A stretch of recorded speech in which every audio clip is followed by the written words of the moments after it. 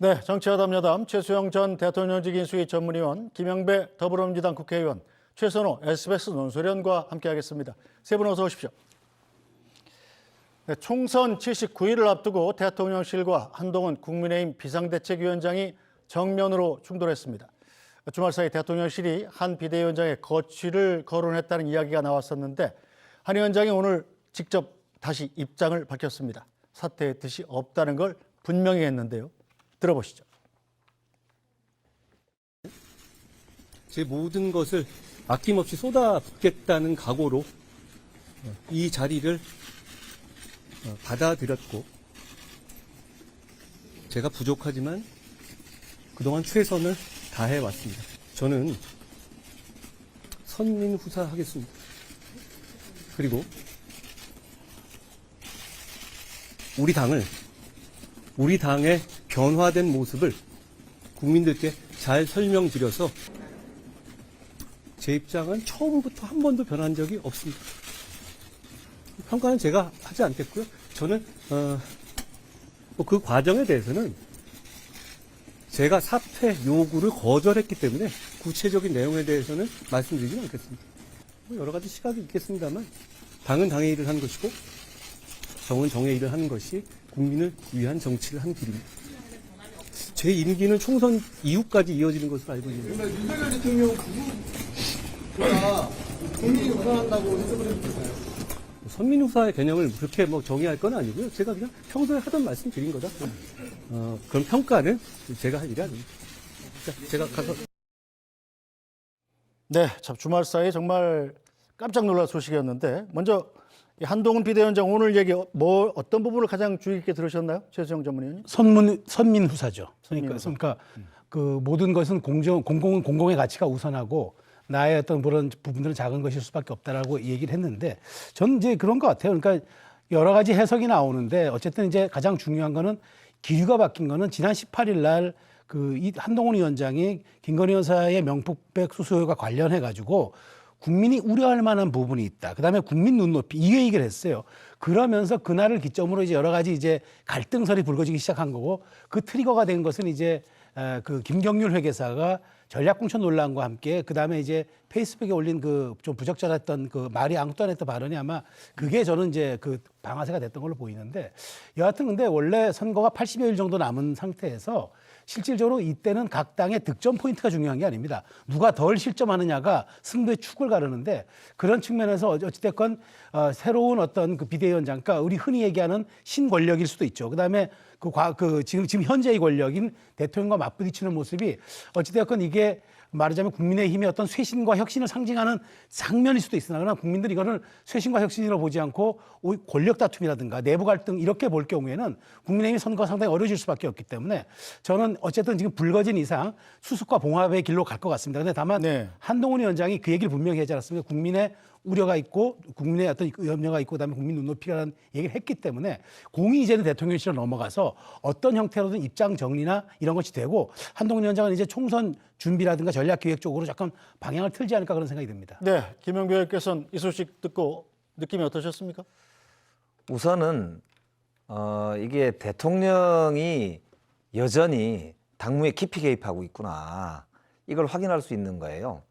박근혜 대통령이 선거하고 당무에 직접 개입한다고 그래갖고 수사를 했던 장본인이 바로 윤석열 대통령과 한동훈 비대위원장입니다.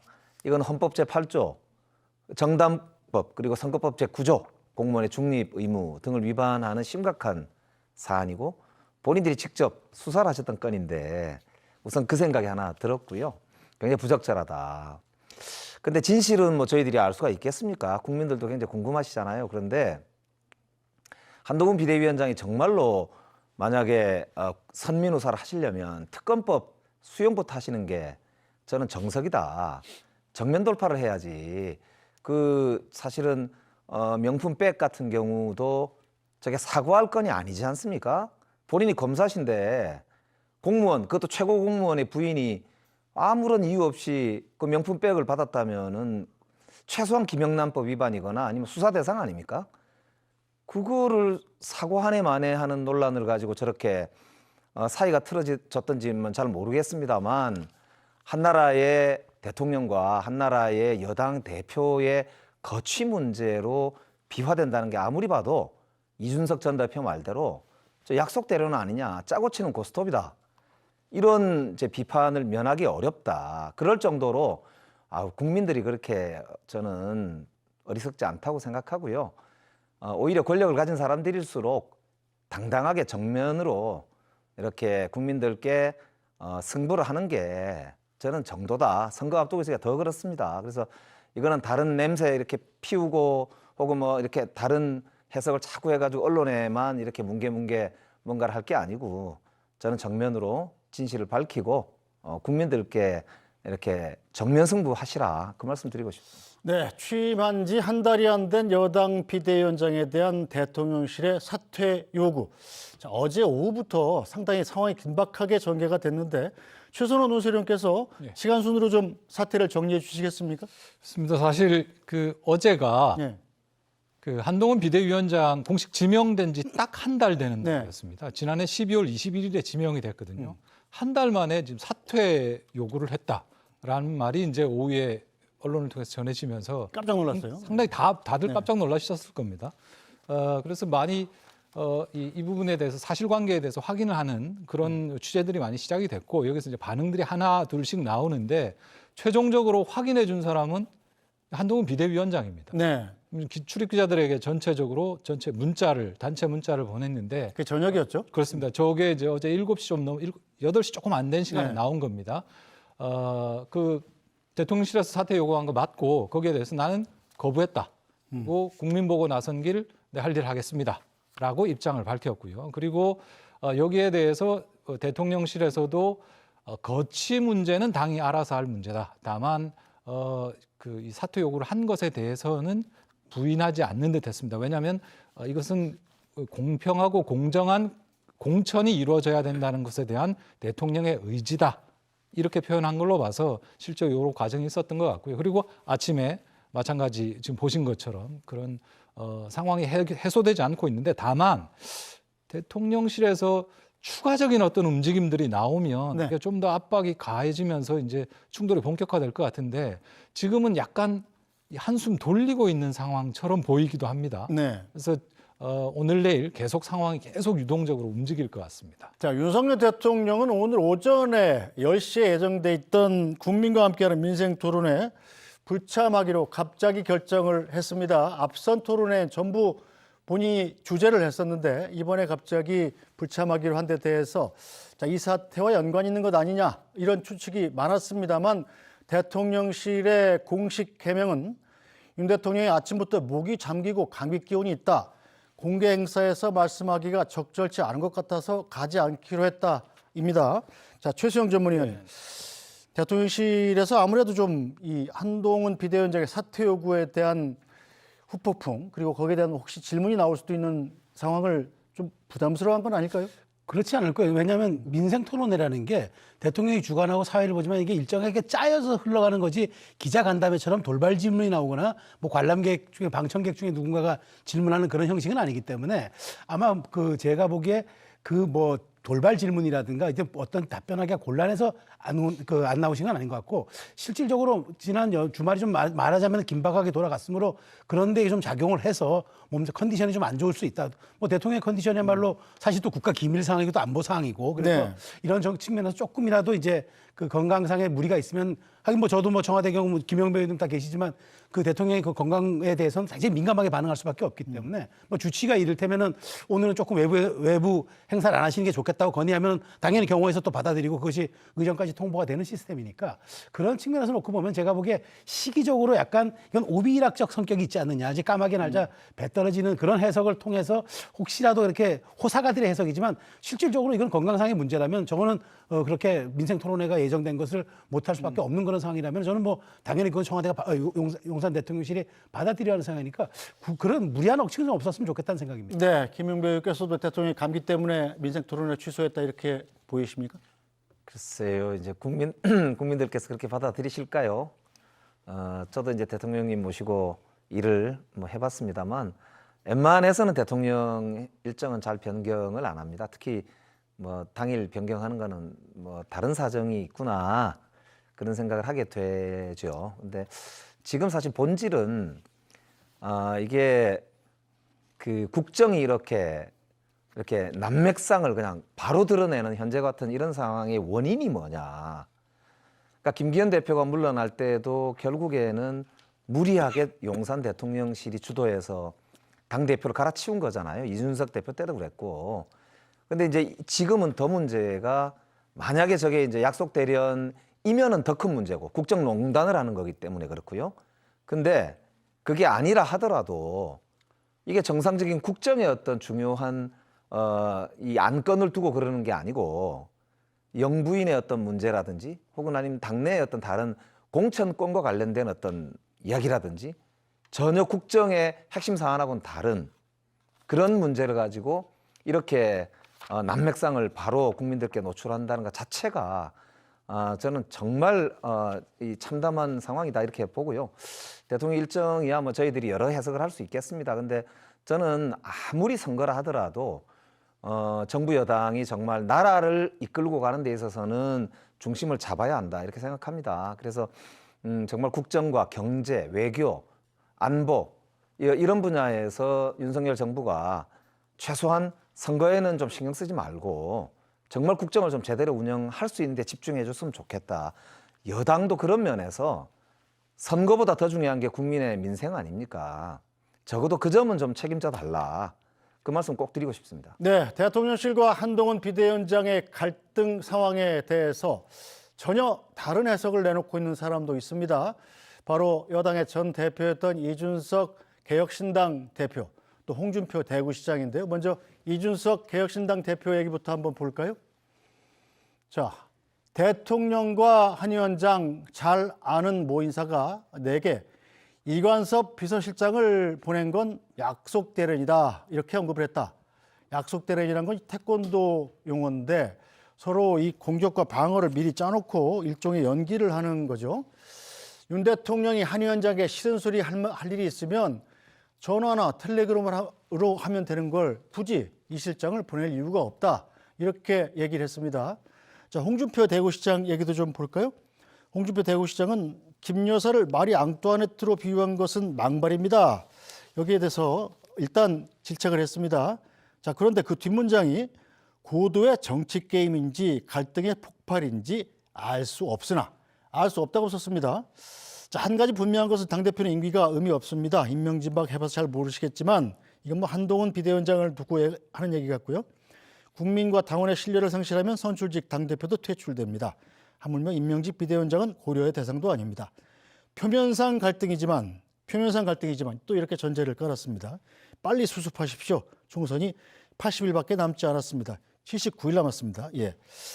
자, 이건 김영배 의원께 먼저 질문을 드려야겠네요. 이준석 대표의 이 이른바 약속 대련설 얼마나 신빙성이 있다고 봐야 될까요? 이준석 대표가 당대표를 해봤잖아요. 네.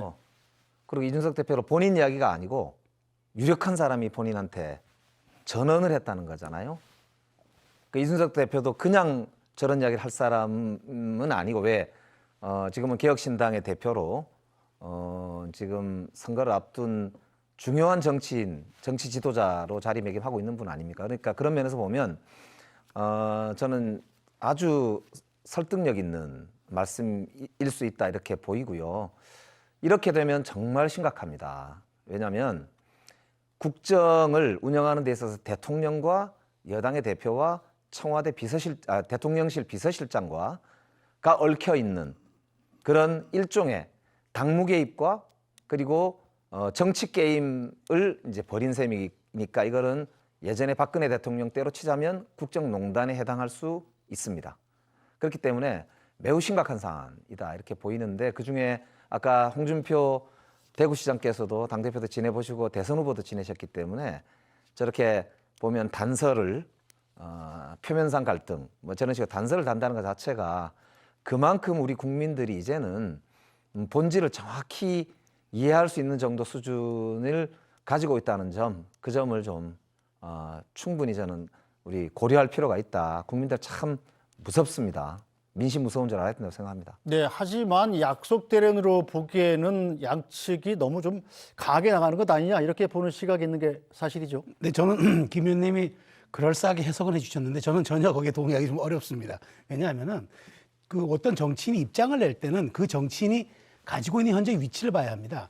이준석 대표 입장에서 지금 여권의 내용이 이게 약속 대련이 그러니까 약속 대련이길 바라는 거죠. 이게 진짜로 어떤 한동훈 위원장이 민심을 전달하고 용산 대통령실이 민심을 수용하는 막 그런 식으로 이제 움직인다면은 제3지대의 위치가 급속히 위축될 수밖에 없고 지금 사실 이 한동훈 이른바 이제 우리가 흔히 얘기하는 윤한 갈등이라고 얘기하는 이번 사태가 실질적으로 지금 모든 뉴스의 블랙홀이 되고 있고 관심의 척도를 다 가져가고 있어요. 이준석 대표 입장에서는 자기가 지금 막 당을 출범시켰는데 이 뉴스의 가치보다도 이 갈등이 더 국민들의 관심을 집중시키고 있고 특히나 보수 진영의 관심이 여기 쏠려 있기 때문에 이렇게 관심이 제한돼 버리면 본인이 가져갈 수 있는 게 또 없어요. 그런 측면에서 빨리 약속 대련으로 이게 그냥 치환되어서 그냥 빨리 좀 마무리되는 그게 아마 입장이 반영된 듯한 그런 느낌이고 홍준표 대표는 누굽니까? 본인이 어쨌든 지금 잠재적 대선 후보 경쟁자로 한동훈 위원장이 있을 수밖에 없기 때문에 한동훈 위원장을 슬쩍 이렇게 좀 뭐 패싱한다거나 혹은 약간 폄하하는 그런 얘기하면서 당신이 당에 지금 그렇게 여론의 지지를 얻지 못하면 당내 구성원들의 지지를 얻지 못하면 그게 무슨 인기가 무슨 소용이 있겠느냐 라면서 우회 직격을 하는 거죠. 그런 측면에서 이거는 각자가 진짜 그 정치인이 가지고 있는 현재 상태에 대한 입장과 그 배경을 통해서 그것을 이제 우회적으로 전달하는 과정이고요. 저는 이게 진검승부라기 뭐 이게 꼭 라기보다는 이런 거죠.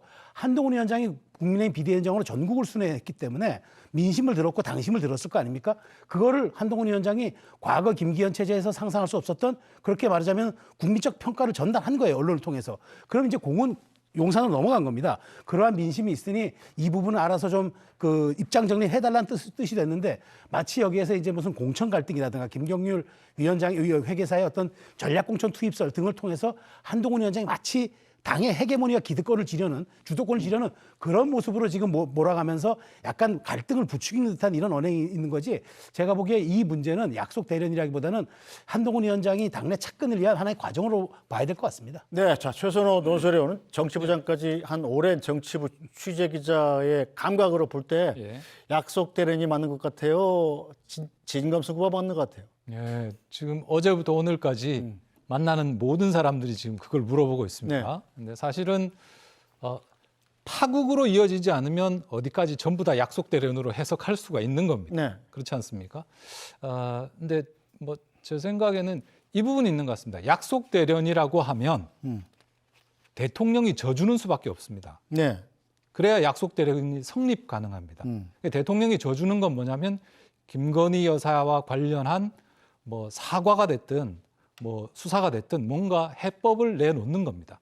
그거를 밀리는 방식으로 들어줘야지 뭐 그 과정에서 엄청난 긴장감이 있다 하더라도 그게 돼야 약속 대련입니다. 네. 근데 지금 대통령실의 분위기가 그게 전혀 아니지 않습니까? 사과론조차도 수용할 수 없다라는 강한 입장이기 때문에 약속 대련이라고 하기에는 좀 출혈이 심하다. 네. 근데 약속 대련이라는 해석들이 계속 나오는 이유는 약속 대련이 아니라면 이 다음이 안 그려지는 겁니다. 지금. 네. 이게 파국이라면 총선 80일 남겨놓고 저걸 저렇게 한다고 다들 이해할 수 없는 상황이기 때문에 약속 대련으로 볼 수 있는 그러니까 어느 정도 수습이 가능한 방식이 있지 않겠어라는 의심을 거두지 않고 지금 상황을 계속 지켜보고 있는 것 같습니다. 네, 이번 사태 파급력이 어느 정도까지 커질지 현재로선 가늠하기조차 어려운 상황입니다. 자, 대통령실과 한동훈 비대위의 관계가 급격히 악화된 배경 역시 김건희 여사로 보는 시각이 많습니다. 어떤 이유에서인지 관련 발언부터 들어보겠습니다.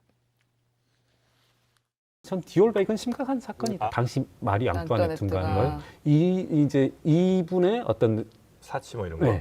사치, 난잡한 사생활 이런 것들이 이제 하나하나 드러나고 뭐 건물들을 털 때마다 드러나니까 감성이 폭발된 것이다. 이걸 어떻게 실드칠 수 있겠습니까? 이걸 어떻게 논리적으로, 합리적으로, 이성적으로 말씀을 할 수 있겠냐고요. 저는 이거는 좀 사죄드리고 이건 국민들의 감정을 좀 뭐랄까요? 가라앉힐 수 있는, 납득시킬 수 있는 바짝 엎드려서 제가 이제 국민의힘 기본적으로는 함정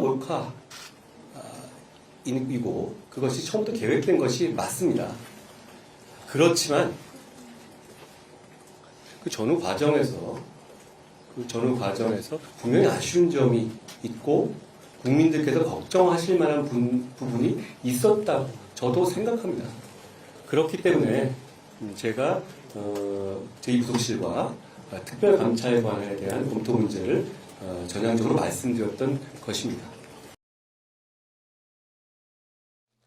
네, 자 최수영 전문위원님, 자 일단 김건희 여사에 대해서 마리 앙뚜아네트를 비교한 것은 좀 부적절한 건 맞는 것 같습니다, 그죠? 그렇습니다. 왜냐하면 마리 앙뚜아네트가 말 그대로 프랑스 혁명의 가장 비극적인 주인공으로 남아 있고 사실은 그때 사실도 왜곡된 게 좀 있었어요. 그때 뭐 빵이 없으면 다른 걸 먹으면 되지 않느냐는 식의 얘기를 했다는데 그게 아마 사실로 입증되진 않았는데 어찌됐건 국민적 공분과 그 프랑스 왕정이 무너진 이유가 바로 저기에서 우리가 찾는 경우가 많은데 그거를 소환해 놓은 것은 그건 아니죠. 이게 단순히 이것도 사실 이게 명품백 사건도 저도 대통령실의 입장이 일부 이해가 되는 건 이렇습니다. 이거는 2022년 9월에 한 겁니다. 무려 1년 반 전에 찍어놓은 것을 가지고 있다가 김건희 여사 특검법이 국회에 상정되는 그 무렵에 아주 의도를 갖고 공개된 거예요. 그러니까 이렇게 파렴치하고 사실은 이게 사실 금도를 넘어서는 이런 정치 공작, 몰카 공작이 그 타이밍에 나온 것만으로도 이것이 계획된 정치 공작이고 의도된 말하자면은 대통령 부인에 대한 폄훼라는 건 누구나 알 수 있지만 그럼에도 불구하고 그 과정 자체가 제가 늘 말씀드리지만 정치는 사실로서 보는 영역이 아니라 국민이 어떻게 인식하느냐의 영역이기 때문에 이 부분을 정치권이 감당해야 되고 또 이것을 수용해야 되는 그 입장을 한동훈 위원장이 얘기를 한 거예요. 근데 김경률 의원은 여기에 더 나아가서 마치 원죄가 있는 것처럼 이렇게 표현해버리면은 실제 지금 김건희 여사가 지금 공식 외부 활동을 안 하는 입장에서 그런 식으로 오해를 받을 수 있는 굉장한 이거는 부적절한 사실 표현이었기 때문에 물론 본인도 여기 입장을 밝혔습니다만은 그런 점에서 저는 이 부분이 오히려 이제 김경률 비대위원이 오히려 김건희 여사의 그런 이 부분의 명품백 관련 논란에 대해서 중도층도 조금 좀 순차적으로 이해할 수 있는 부분들을 이런 식으로 거칠게 표현한 것은 제가 보기에 이거는 좀 관심을 본인이 과도하게 좀 끌으려는 그런 의도로밖에 해석이 안 되는 거죠. 네, 자 김영배 의원님, 일단 어제까지 알려지기로는 한동훈 비대위원장의 사퇴 요구를 대통령실에서 한 이유가 표면적으로는 김경률 비대위원을 마포의 정청래 의원 지역구에다가 이제 굉장히 좀 붐업을 하면서 소개를 시켜준 거잖아요. 거기에 대해서 이 사천 논란이 표면적인 이유 아니었습니까? 그런데 사실은 김건희 리스크를 언급한 것에 대한 것이 큰 원인이 됐다라는 시각이 많죠.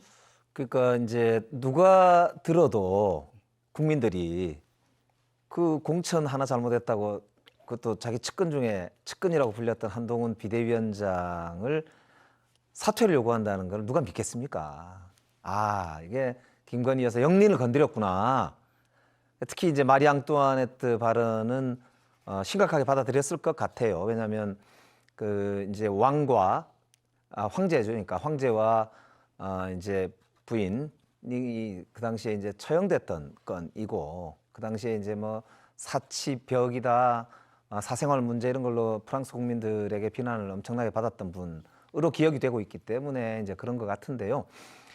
그 부적절한 발언 때문에 만약에 당대표를 선거 앞두고 교체를 요구한다는 것도 참 이게 제가 아까도 말씀드렸지만 대통령제하에서 대통령이 당무에 개입하면 안 된다는 게 진직 확립이 된 거고 박근혜 대통령 다음 우리가 참 사단을 겪었는데요.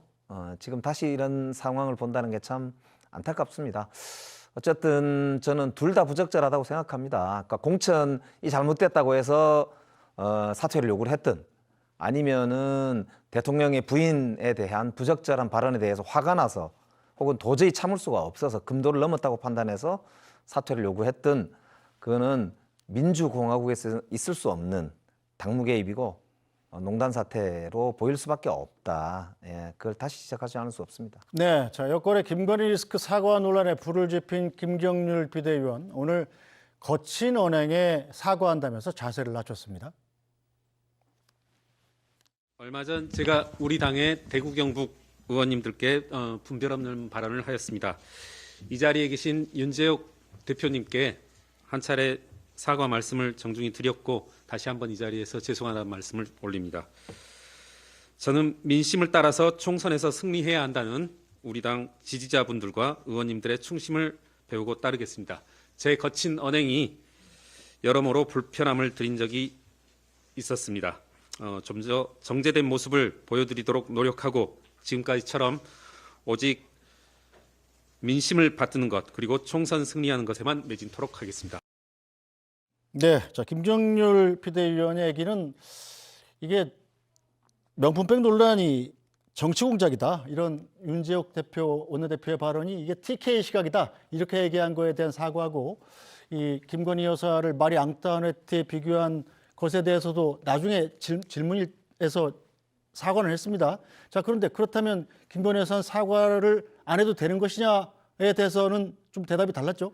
그렇습니다. 이제 김건희 여사 문제에 대해서 어떤 형태로든 해결책을 내놔야 된다. 뭐 그 부분에 대해서는 생각이 전혀 바뀐 것 아니고 다만 이제 TK 의원들을 상당히 이제 이 문제에 대해서 아무 관심 없고 자기 배지만 달면 그만인 사람들처럼 표현했던 네. 그 부분에 대해서 이제 사과를 한 것인데요. 뭐 어찌 보면 비대위에 저런 시민사회 출신의 분들을 모실 때는 좀 더 저런 거친 얘기들 사실 각오를 해야 됩니다. 각오를 해야 되는 부분도 있는 겁니다. 거기에서 사과도 하고 할 수 있는데 문제는 김경률 위원의 저 발언 때문에 한동훈 위원장에게 사퇴를 요구했다라는 건 조금 다른 문제지 않습니까? 그러면 이제 이 맥락들을 한번 정리해 보면 연초에 김경률 비대위원의 그 김건희 리스크 6자가 왜 금기화가 되고 있느냐라는 지적을 했습니다. 그리고 일주일 정도 있다가 그리고 저 마포홀에 가서 손을 번쩍 들어줬지 않습니까? 그리고 그날 마리 앙따와네트 발언이 나왔습니다. 이게 17일입니다. 그리고 18일 넘어가면서 이수정, 안철수 뭐 발언들이 나왔고 결국 18일에 한동훈 비대위원장까지도 뭐 국민들이 걱정할 부분이 있다라고 말했고 그 다음에 국민 눈높이를 말하게 됐습니다. 그러면서 기억하시겠지만 지난 금요일 당이 꿀렁꿀렁하기 시작했죠. 윤재욱 원내대표하고 2차례 만나고 그리고 일요일에 이 사달이 벌어진 겁니다. 그러니까 김경률 비대위원의 말이 불러온 폭풍이 나비 효과처럼 이제 이 상황까지 불러온 것인데 어떻게 수습할지 수습책이 잘 보이지 않는 상황이라는 게 지금 굉장히 깝깝한 부분 같습니다. 어제 한동훈 비대위원장 용산에서 사퇴를 요구했다는 보도가 나오면서 오늘 아침에 TK 의원들이 긴급 모임을 갖기로 했다가 이것도 취소가 됐다고요? 이건 그렇습니다. 왜 그렇습니까? 어제 뭐 그렇게 모임을 가질 수도 있다라는 말인데 TK 중에서도 대구보다는 이제 경북 의원들 중심으로 모임이 있을 수 있다라는 말이 있었는데 취소됐다고 오늘 공식적으로 발표를 했습니다. 근데 아마도 지금 민감한 상황에서 오해를 부를 수 있는 모임 하지 말자 이런 취지 아닌가라는 해석이 나오는데 어쨌든 자 어제 아주 엄청난 충돌 이게 뭐지 싶은 일이 벌어졌습니다. 근데 지금 오늘 오전에는 딱히 지금 진도는 안 나가면서 이 상황이 어떻게 갈지 조금 굉장히 미묘한 상황이 지금 오전에 계속 벌어졌습니다. 자, 최수영 전문위원님. 자, 심평 변호사 있잖아요. 윤 대통령의 멘토로 뭐 자천타천으로 이렇게 불리는 분인데 오늘 SNS에 한동훈 비대위원장이 사퇴해야 된다 이렇게 올렸더라고요. 자, 당내 분위기 좀 어떻습니까? 저는 신 변호사가 이렇게 올린 것에 대해서 뭐 개인 의견이니까 그 얘기할 수 있습니다만은 저는 이렇게 생각합니다. 총선이 지금 79일 남은 상황에서 한동훈 체제 다음에 플랜 B가 있겠습니까? 저는 없다고 봐요. 그러니까 실질적으로 그러면 이제 다시 전국위원회 열어가지고 한동훈이 사퇴한다면 비대위원장 후보를 물색해서 다시 전국위원회 열어서 해야 되는데 비대위원장이 임명한 영입한 공천관리위원장도 있습니다. 그럼 이분은 또 어떡합니까? 그러니까 이게 모든 게 맞물려 있습니다. 그리고 더군다나 당에 지금 인재영 위원장도 같이 맡고 있어요. 그런 한동훈 위원장이 만약 사퇴한다? 그러니까 그래서 당대표나 특히나 비대위원장의 경우는 본인이 사퇴하지 않는 한 물러나게 할 수 없다라는 게 당원에 박혀 있습니다. 그래서 의원들이 아무리 물론 이제 말하자면은 70~80%가 연판장을 돌리고 서명한다면 버티기는 어렵겠죠. 그런데 지금 이 상황에서 과연 그렇게 하겠습니까? 의원들은 다 여기 김명배 의원도 계십니다만 다 개개인 정치 고수들입니다. 현장의 민심도 잘 알고 있고 70여일 남은 상황에서 당이 단일 대우로 가도 시원치 않은 판에 다시 분열해서 다시 비대위를 모신다. 그러니까 어찌됐건 저는 그래서 이 사태는 수습이 될 수밖에 없고 봉합이 될 것이다. 그래서 저는 한동훈 위원장은 충분히 자기 의견을 전달한 겁니다. 국민의 우려도 있고 국민 눈높이를 고려해야 한다고 공을 용산에 넘긴 겁니다. 그리고 이제 한동훈 위원장은 더 이상 이 언급을 하지 말고 당에 이제 말하자면 본인이 지금 사실 한 달 동안 빠른 속도로 당에 그 리더십을 장악하는 과정이 눈에 보이는데 너무 또 빠르면은 당의 사당화 논란도 있습니다. 그렇기 때문에 공천도 물론 이제 그 의혹에 앞서서 개항에 가서는 원희룡 장관을 불러서 명령대전을 얘기하고 마포홀에서는 정청래 의원 저격하기 위해서 김경률 회계사 투입을 얘기했는데 저는 저건 이게 빨랐다고 봐요. 왜냐하면 본인이 아직도 당에 착근되지 않은 상황에서 이런 얘기들은 의원들의 공포심과 불안감을 자극해서 오히려 당내 갈등의 요인이 될 수 있는데 이런 아주 갈등 관리를 조금 더 정교하고 치밀하게 했어야 하는데 빠른 속도로 했다. 그래서 이제는 속도 조절을 좀 하면서 본인은 본인대로 이제 한동훈 위원장 공을 용산에 넘겼으니까 이제부터는 총선 전략이라든가 자 그러면 어떤 어젠다와 이슈로 이번 선거를 치를 건지 이런 것들을 끄집어내고 당에 갖고 있는 갈등 관리 요인들을 최소화시켜내는 그 과정들을 보여줄 이제 일이 남았고 대통령실은 여기에 대해서 이제 그 말하자면은 한동훈 위원장의 그 요구에 어떤 식으로든 이제 정리할 것인가 그 과제가 남았다고 봅니다. 자, 김영배 의원께서는 의정활동 오래 해보신 입장에서 어떻습니까? 국민의힘 당원 당규에도 비대위원장을 강제로 사퇴시킬 수 있는 규정은 없더라고요. 자, 그렇다면 자진 사퇴밖에 없는 건데 한동훈 위원장이 자진 사퇴할 가능성이 있을까요? 그러니까 지금 저게 약속 대련이 아니라면 자진 사퇴를 안 할 거 아닙니까? 그러니까 그러면 이제 저게 큰 충돌이 이제 예상이 되는데요. 근데 만약에 저걸 적당히 수습한다라고 한다면 두 가지가 필요할 것 같아요. 하나는 용산에서 어떤 형식으로든 김건희 여사 관련돼서 적절한 사과나 국민께 머리를 숙이는 그런 형식. 예를 들어서 뭐 대통령이 지금 신년 기자회견을 전혀 안 하셨잖아요. 그러니까 그런 형식을 빈다든지 뭐 이렇게 해서 어쨌든 약간 이렇게 전국을 무마하는 뭐 그런 액션 같은 게 예를 들면 있을 수 있고 또 한동훈 위원장 입장에서는 김경률 이제 이런 후보자의 발언이 비대위원회 발언이 또 너무 심한 표현을 했다 말이 앙떠냈다 이런 표현을 한 거는 내용만 둘째치고 이러면서 약간 정리를 하면서 뭐 김경률 위원에 대해서 공천이 결정된 건 아니다. 그래서 공천은 공관위에서 하는 겁니다. 뭐 이렇게 물러선다든지 이런 식의 이제 적절한 봉합을 만약에 한다 그러면은 누가 봐도 그거는 약속 대련 아니겠습니까? 그러니까 이거는 처음부터 한동훈 비대위원장의 운명입니다. 뭐냐면 임명될 때부터 가장 큰 과제는 대통령실로부터 독립된 그러니까 대통령이 일종의 독주하고 그리고 독단적으로 운영하고 있는 현재의 당정의 수직적 관계를 극복하고 국민의힘이 그래도 민심을 잘 전달하면서 독자적으로 윤석열 정부에 쓴소리 할 건 하고 또 이 제대로 민생을 위해서 할 건 함께 할 수 있는 그런 대안적인 세력으로 거듭날 수 있느냐가 이번 한동훈 비대위원장 무대의 핵심적인 잣대였는데 지금 그게 시험받고 있는 거거든요. 그렇기 때문에 저는 정말로 민심을 우선시한다면 대통령실과의 관계를 이번에 분명하게 관계 정리를 하고 그게 이제 가장 그럼 어떤 게 잣대겠냐? 저는 아까 말씀드렸던 대로 특검법이라고 생각합니다. 그래서 특검법을 수용하시는 게 저는 개인적으로 만약 그런 사태가 온다면 민주당 입장에서도 심각한 사실은 총선 앞두고 상황이 될 거라고 봅니다만 뭐 나라가 잘 되고 우리나라가 전체적으로 민심을 받드는 정치로 흘러가는 게 저는 더 중요하다고 보기 때문에 그런 점에서는 한동훈 위원장이 지금 기로에 선 것 같습니다. 네, 자, 최선호 논설위원. 네. 자, 한켠에선 이번 갈등이 지난 2016년 박근혜 대통령 시절에 유승민 원내대표를 사실상 찍어내던 그 상황이랑 좀 비슷하다고 얘기하는 분들도 있더군요. 예. 그 2016년 그 15년 16년 일이 뭐냐면 2015년에 국회법 개정안이 이제 통과가 됐는데 지금도 계속 문제가 되고 있는 98조 2. 그러니까 뭐냐면 시행령을 함부로 고쳐서 정부 마음대로 고쳐서 정책을 추진하지 못하도록 국회 통제를 더 강화하는 내용의 그 국회법 개정안이 여야 합의로 통과가 됐습니다. 근데 여기에 대해서 박근혜 당시 대통령이 거부권을 행사한 거고요. 그러면서 한 말이 경제 살리기에 여당 원내대표는 뭐 했는지 묻지 않을 수 없다.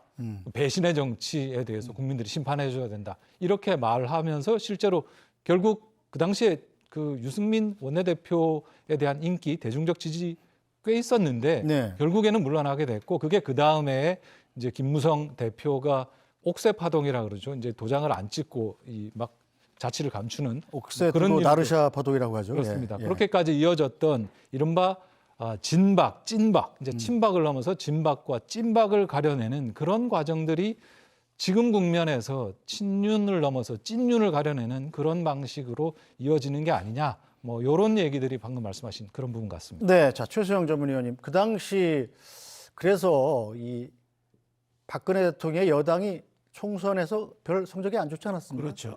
이번에도 만약에 여당 내부에 이 비대위원장과 대통령실의 갈등만 이렇게 부각되는 상황이라면 국민의힘으로서는 총선에서 이익 볼 게 하나도 없는 거 아니에요?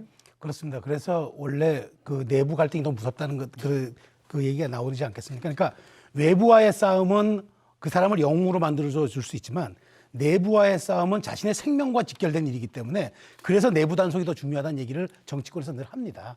그런 측면에서 사실은 그때 무리하게 유승민 대표와 갈등을 빚고 그다음에 그 당의 대표의 직인이 찍힌 공천장이 나와야만 선관위에 등록이 되는데 그 직인을 갖고 가면서 이른바 영도다리에 서 있는 사진만 국민들의 머리에 각인되고 그러면서 사실은 이 모든 것이 국민과 민생을 위하는 게 아니라 새누리당은 오직 공천 갈등, 그다음에 그 공천 갈등이고 권력 투쟁, 내부와의 갈등, 뭐 이런 것으로 국민들 눈에 아주 못마땅하게 비춰진 거죠. 그러면 심판 당하죠. 그러니까 저는 제가 아까 모두에 말씀드렸습니다만은 사실은 선거가 자꾸 이제 좁혀지는 과정에서는 누가 더 잘하는 게 경쟁보다도 누가 덜 실수하느냐. 사실은 정치의 절반은 손님 실수라는 말이 있습니다. 그런 측면에서 이게 지금 내부의 단속에서 이렇게 지금 실수를 하면은 저는 뭐 2016년에 그 모습들이 소환될 수 있기 때문에 저는 그래서 이제 이 부분이 저는 공멸을 바라지 않기 때문에 전 당연히 저는 봉합이 될 걸로 봅니다. 그래서 의원들의 입장 개개인 다 있습니다만은 지금 총선 70일 뭐 이렇게 앞당기고 다시 비대위 한다? 어떤 국민이 동의하겠습니까? 그래서 저는 국민을 보고 간다 그러면은 빨리 봉합하고 국민 삶에 정말 직결할 수 있는 어쨌든 지금 국정에 대한 평가를 받는 것이 총선 아닙니까? 그렇다면 성적표를 내놔야죠. 그것이 더 우선이다 말씀을 드리겠습니다. 자, 김영배 의원께서는 어떻게 보십니까? 이 국면에서 한동훈 비대위원장을 대통령실이 억지로 끌어낼 방법은 사실상 없습니다. 자, 그렇게 되면 한동훈 비대위원장이 용산과 각을 세우는 구도가 잡히고 그렇게 되면 총선 자체가 윤석열 대 이재명이 아니라 한동훈 대 이재명으로 잡히면서 국민의힘이 확 유리하게 갈 가능성 민주당에선 얼마나 보고 있나요? 그 지금 이제 아까 약속 대련 아니냐고 저희들이 경계하는 말씀을 드렸던 이유도 그럴 수 있는 가능성이 저희들이 있다고 보기 때문입니다. 사실 한동훈 위원장이 등판할 때 너무 빨리 등판하는 거 아니냐 이런 이야기가 있었던 이유도 과연 수직적 윤석열 대통령의 당청 관계 이걸 청산할 수 있겠냐 이런 이제 의심이 있었기 때문인데 지금 선거 상황을 앞두고 이런 김건희 여사의 문제라든지 공천의 문제라든지를 둘러싸고 갈등이 있는 것처럼 해서 한동훈 위원장이 뭔가 새로운 길을 개척하는 지도자로 이렇게 등극하려고 하는 그런 이제 짜고 치는 고스톱 아니냐라고 하는 사실은 이 세간의 의심. 민주당 입장에서도 그런 일이 발생을 하면 생각보다 이번 선거가 굉장히 윤석열 심판 선거가 아니라 새로운 미래 권력의 지도자 중에 한 사람이 탄생하는 선거로 위치지어질 수도 있지 않느냐 이런 이제 이야기들이 있기 때문에 지금 말씀하시는 건데요.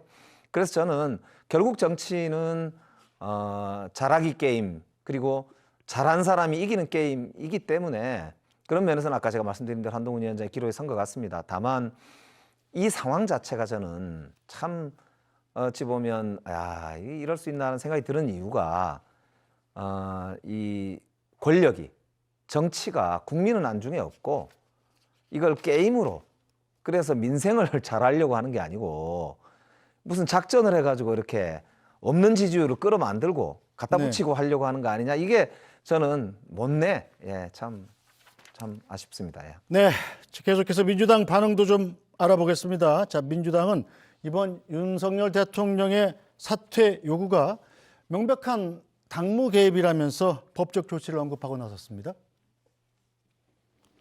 본인이 스스로 대통령실로부터 사퇴 요구를 받았다라고 하는 게 본인의 입으로 지금 확인을 해준 거 아닙니까? 비서실장이 와서 전달했다는 거 아닙니까? 그래서 명백한 당무 개입이고 정치 중립 위반이라고 저희들은 판단하고 있습니다. 그래서 이 부분에 대해서는 법적 검토를 거쳐서 법적으로 검토할 부분, 조치할 것들이 있으면 반드시 그렇게 하도록 할 것입니다. 자, 최수영 전문위원님, 한동훈 비대위원장이 오늘 아침에 출근하면서 대통령실의 사퇴 요구를 내가 거절했다라고 명백히 얘기했잖아요. 네. 이것은 대통령실에서 명백히 사퇴 요구를 했다라고 인정한 거나 마찬가지인데, 자, 이렇게 되면 대통령이 여당의 당무에 개입했다. 이게 법적으로 문제가 될 소지가 있는 것 아닌가요? 근데 저는 이렇게 생각합니다. 물론 이게 이제 당무 개입이냐. 대통령이 1호 당원 아닙니까? 1호 당원이 다 그 가장 당비를 많이 내는 당원인데. 그래서 그 당에 대한 의견을 개진하는 거. 그럼 어디까지를 당무 개입이고 어디까지를 의견 개진으로 봐야 합니까? 물론 이제 대통령이라는 입장이기 때문에 그 의사의 무게가 그 자신의 발언의 무게가 일반 사람과 다르고 더 엄중하죠. 그래 그런 측면에서 민주당이 저건 정치적 공세를 할 수도 있다고 좀 보지만 이것은 당원의 권리일 수도 있고 의견 개진일 수도 있고 당원으로서 국정과 그러니까 국가와 나라와 이제 당이 함께 운영하는 이른바 당정일체를 늘 강조하는 입장에서 당 대통령실의 의견이 갈 수가 있죠. 근데 대통령실에서 저는 한동훈 위원장이 사퇴 의사라고 이제 말하자면 사퇴라고 이제 그런 요구가 있었다고 이제 얘기를 한 것이 그것이 이제 어떻게 이제 본부 장관이고 또 본인도 법률가인데 어떻게 해석될 수 있는 여지냐는 좀 이제 그래서 민주당이 저렇게 법적 검토를 거치겠다고 하는 것 같은데 네. 저는 뭐 1호 당원의 권리 그 이상도 아니고 실제로 지금 대통령실 입장도 우리가 관여하진 않았다는 게 공식 입장이기 때문에 이 부분은 야당이 문제를 제기하거나 논란은 될 수 있지만 저는 이것이 법적인 조치까지 갈 사안은 아니라고 봅니다. 네, 그런데 민주당에서는 왜 법적 조치를 검토하겠다고 그러는 거죠? 명백하게 선거법 위반입니다. 공직선거법 제9조에는요. 공무원이 엄격하게 정치 중립을 지키도록 되어 있고요. 지금은 선거일 전 80일도 안 남은 상황이니까요. 선거법은 대체로 선거일 전 120일부터는 굉장히 많은 제한을 두고 있고 아주 세세하게 규제를 하고 있습니다. 공무원들이 선거에 개입하면은 아주 큰일 납니다. 그게 아까 말씀드렸던 대로 박근혜 대통령 때 그 정치 중립 의무를 위반했다고 해서 박근혜 대통령도 문제가 됐었고요. 처벌을 실제로 여러 사람들이 받은 걸로 알고 있습니다. 그 수사를 했던 사람이 한동훈 비대위원장이고요. 윤석열 대통령입니다. 거기다가 이관섭 대통령실 비서실장은 고위직 관계자 중에서도 최고위직 관계자잖아요. 그분이 당원도 아니면서 와서 공당의 대표에게 물러나라는 말을 만약에 전했다고 한다면 공무원이 그거는 명백한 선거법 위반인데다가 정당법 위반이기도 하고요. 우리나라 헌법 8조에는 정당은 반드시 민주적으로 운영해야 된다라는 규정이 여러 군데 있습니다. 그렇기 때문에 이거는 본인들이 더 잘 아실 거예요. 그러니까 이거는 어떤 변명을 해도 한동훈 비대위원장이 거부했다는 말을 했기 때문에 사실관계를 그 부분 정확하게 한동훈 비대위원장이 말씀하신 거기 때문에요. 이거는 정확하게 법 위반입니다. 네, 자, 그 문제는 좀 더 따져봐야 될 문제 같고. 현장에서 올라온 네. 메모 하나 잠깐 소개해드리면요. 현장 기자들이 보내왔는데 대통령실에서 오늘 공식 입장도 안 내고 조용히 지나가겠다. 이런 분위기인 것 같다라고 좀 취재가 되고요. 그래서 약간의 수습 국면으로 좀 가는 거 아니냐. 뭐 이런 게 현장에서 지금 올라오는 보고 내용입니다. 그래서 네. 이제 좀 차분하게 소통해봐야지 이 한동훈 위원장도 말을 조금 조심하는 것 같고 그래서 대통령실에서도 일단 언급을 자제하려고 하고 이런 약간의 쉬어가는 분위기다. 뭐 이런 정도의 내용들이 지금 올라오고 있습니다. 이 사태를 어떻게 수습을 할지 숙고하는 분위기군요. 자, 민주당 얘기 계속 가보죠. 민주당에서 또 이제 총선이 79일밖에 안 남은 입장에서 공천 전략을 놓고 분주한 상황입니다. 이재명 민주당 대표 당무 복귀 이후에 첫 주말인 어제 이해찬 민주당 상임 고문을 만났습니다. 두 사람 어떤 이야기 나눴을까요? 이재명 대표가 이렇게 아주 정말 살아오신 거에 대해서 정말 감명을 많이 받았습니다. 선거를 진두지휘할 수 있게 돼서 참 다행이라고 생각하고 올 4월 총선에서 아주 크게 이겨서 꽃을 피우는 게 매우 중요하다고 생각을 합니다. 아무쪼록 저도 이제 미력이나마 이번 선거에 도움이 될 수 있도록 최대로 노력을 하겠습니다. 역시 당을 갈등 없이 통합을 유지하고 또 공천 과정에서 공정한 시스템에 따라 엄정하게 공평하게 공천하는 것이 매우 중요하다 이런 말씀해 주셨습니다.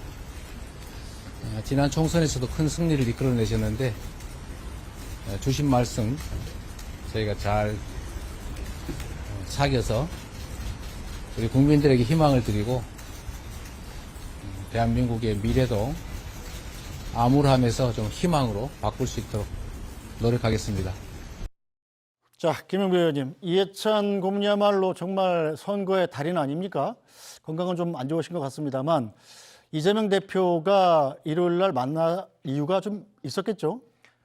지금 이재명 대표 입장에서는 이낙연 대표가 이제 탈당을 네. 하시고 일부 의원들이 좀 탈당을 한 상태잖아요. 거기다가 내부적으로는 지금 뭐 자객 공천이다 또 비명 친명 뭐 이렇게 갈라져서 좀 이제 비명 진영에서는 공천이 불공정하게 진행될 수도 있지 않느냐 뭐 이런 이제 여러 논란들이 있는 것도 사실입니다. 그러다 보니까 이해찬 대표 때 확립되었던 시스템 공천 이게 그대로 그리고 시스템을 잘 운영해서 공정할 뿐만 아니라 투명하고 또 결과적으로 경쟁력 있는 후보를 선출하는 쪽으로 가니까 걱정하지 말라라고 하는 아마 시그널을 확실하게 보내고 싶었던 것 같고 그 필요도 있는 것도 사실이고요. 네.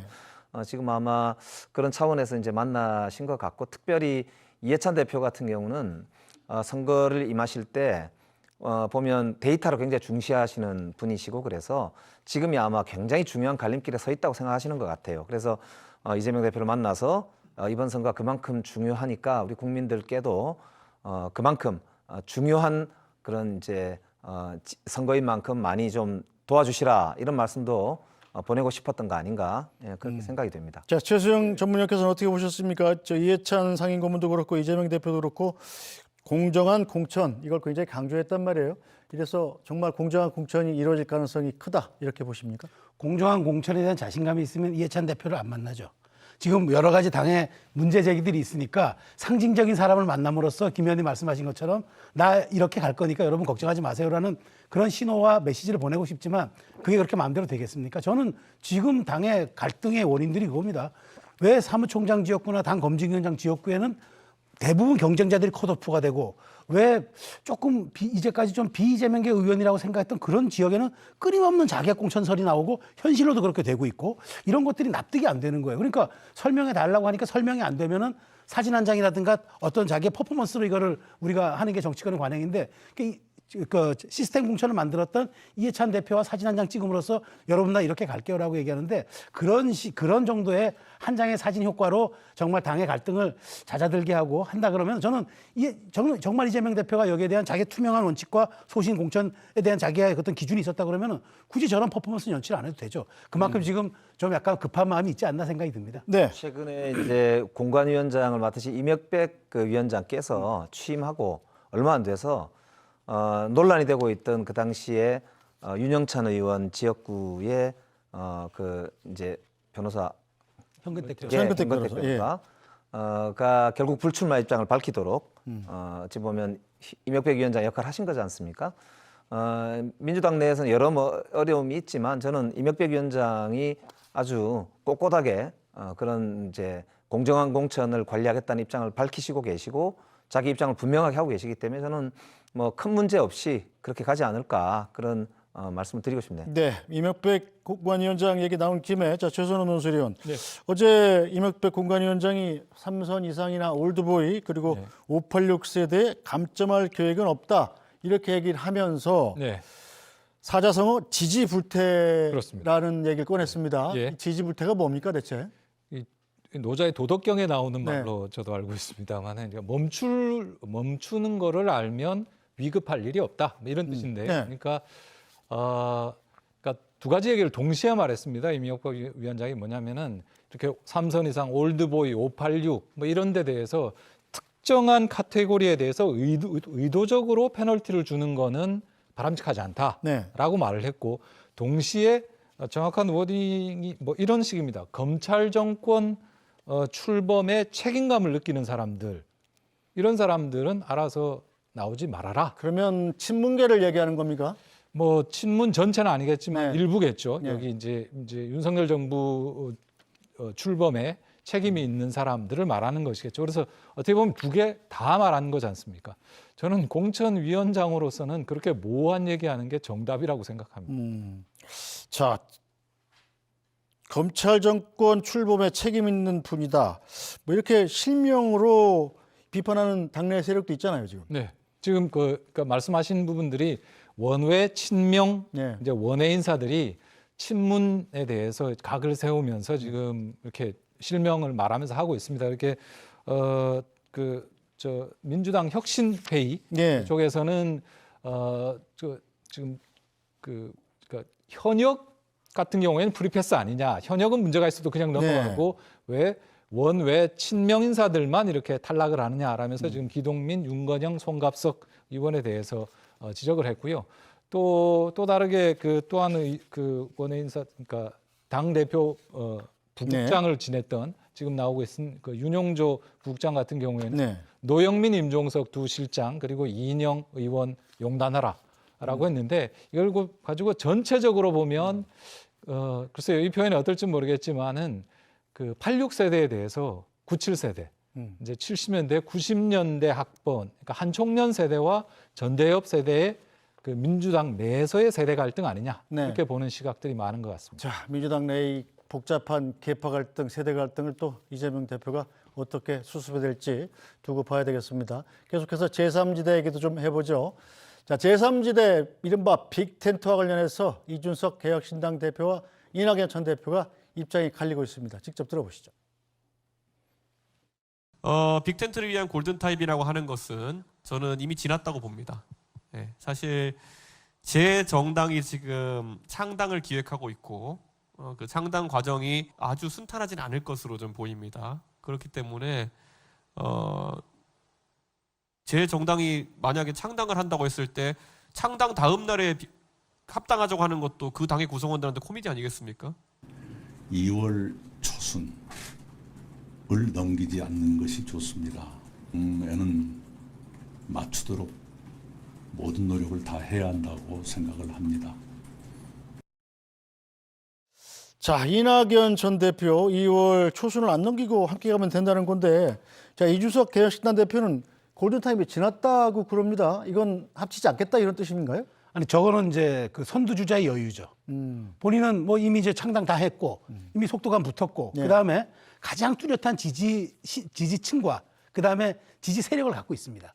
특히 이제 2030 쪽에는 이제 좀 반응을 하고 있고, 그런 측면에서 그 다음에 수도권에서도 약간 지금 말하자면 경쟁력이 입증되고 있는 그런 상황이기 때문에 이준석 대표 입장에서는 뭐 굳이 지금 뭐 합당에 연연한다는 그 메시지를 줄 필요가 없죠. 오히려 급한 거는 이제 이낙연 대표가 만들 신당과 그다음에 이제 그 탈당파 의원들이 만드는 신당이 오히려 더 급해졌죠. 그러니까 이 주도권을 지금 확실히 쥐고 가겠다는 뜻으로 얘기하면서 우회적으로 이낙연 대표도 출마해야 되지 않습니까? 라고 개항에 출마하라. 사실은 저게 모욕적으로 들린 말일 수도 있는데, 그러면서 짐짓 저는 이준석 대표는 본인이 이 주도권을 놓을 생각이 없고, 이 주도권에 다른 분들이 그 같이 들어오는 형태를 취한다면 내가 언제라도 하겠지만 내가 먼저 선제적으로 합당계에 꺼내지는 않겠다라는 뜻을 피력한 것 같습니다. 네, 이낙연 전 대표 입장에서도 뭐 이준석 대표가 계속 얘기를 하고 있는 상황이긴 합니다만, 불출마 선언을 이미 했지만 여러 동지들의 마음을 말을 주의 깊게 듣고 있다 이런 식으로 해서 출마할 수도 있다는 쪽으로 약간 기우는 것 같던데요. 그러니까 지금 이낙연 대표와 그리고 원칙과 상식 위원님들이 제3지대 정당을 계속 이제 말씀하고 계시지만 좀 명분이 약하다 보니까 생각보다는 속도가 잘 안 붙는다.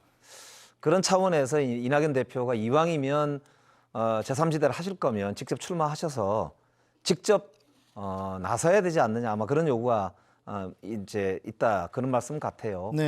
제3지대가 실제로 성공하기 위해서는 아마 자기의 정치적 생명과 운명을 걸고 승부를 봐야 되지 않느냐, 아마 그런 이야기 같은데요.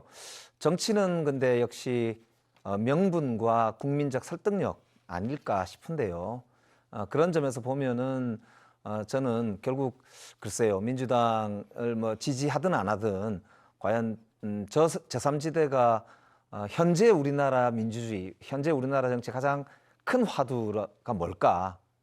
그래서 윤석열 독주를 견제하는 거 아닐까 싶은데 거기에 과연 도움이 될 수 있을까 모르겠습니다. 그러니까 그런 점에서 저는 글쎄요. 그러니까 저런 이야기까지 하신다는 건 굉장히 지금 쉽지는 않구나. 뭐 그런 걸 반증하는 말씀 아닐까 싶기도 합니다. 네, 자 최선호 논술위원 일단 개혁신당이 가장 먼저 창당실서도 밟았고 대표도 뽑고해서 좀 이른바 좀 모양을 갖추고 있긴 합니다만 현역 의원 수에서는 지금 민주 대연합인가요? 이 탈당 3인방이 만든 그쪽이 가장 유리하지 않습니까? 그쪽의 이 이해타산은 어떻게 돼갈까요? 그러니까 그 지금 5군데나 돼서 사실 이름이 비슷비슷한 이름이라 헷갈리는데 민주대연합이 이제 원칙과 상식 의원이 탈당한 곳이고 그리고 새로운 선택이 금태섭 의원 그리고 새로운 미래는 이낙연 의원죠. 그렇습니다. 한국의 희망은 양양자 그리고 이제 개혁신당인데 외우기도 힘들어요. 빨리 그렇습니다. 좀 합쳐야 될 것 같습니다. 그렇습니다. 근데 말씀하신 대로 이제 기호 3번을 얻기 위해서는 현실적으로 현역 의원들이 필요한 게 아니냐 그런 점에서 이제 이원욱 의원도 뭐 공개적인 언론 출연을 통해서도 이렇게 이야기를 하고 있습니다. 그리고 이준석 대표의 이제 몇몇 발언들 아까 조금 전에 말씀하셨습니다마는 개항을 해 나가라 이런 상당히 좀 모욕적이죠. 그래서 좀 모욕적이다 이런 반응들도 나옵니다. 그리고 이 골든 타임이 지났다 이런 데 대해서도 조금 과연 오늘 나와서 한 말 중에 귀에 들어왔던 게 이준석 대표 초심을 잃지 말라는 얘기를 이원욱 의원이 했습니다. 이게 뭐냐면 그 최상병 얘기하면서 그 탈당 그 기자회견 할 때 최상병 얘기하면서 이렇게 눈물 짓고 했던 거 아니냐 그런 것들이 제3지대 신당을 만들려고 하는 초심인데 그런 거 이런 거 아니냐라고 좀 불쾌감을 나타내기도 했습니다. 근데 골든타임이 지났다고 해서 구조 안 되는 거 아니잖아요. 골든타임 지나고도 구조가 될 수 있거든요. 그러니까 최적의 시기는 지났다. 지금 그거 하고 있을 때냐 뭐 이런 의미인 것 같습니다.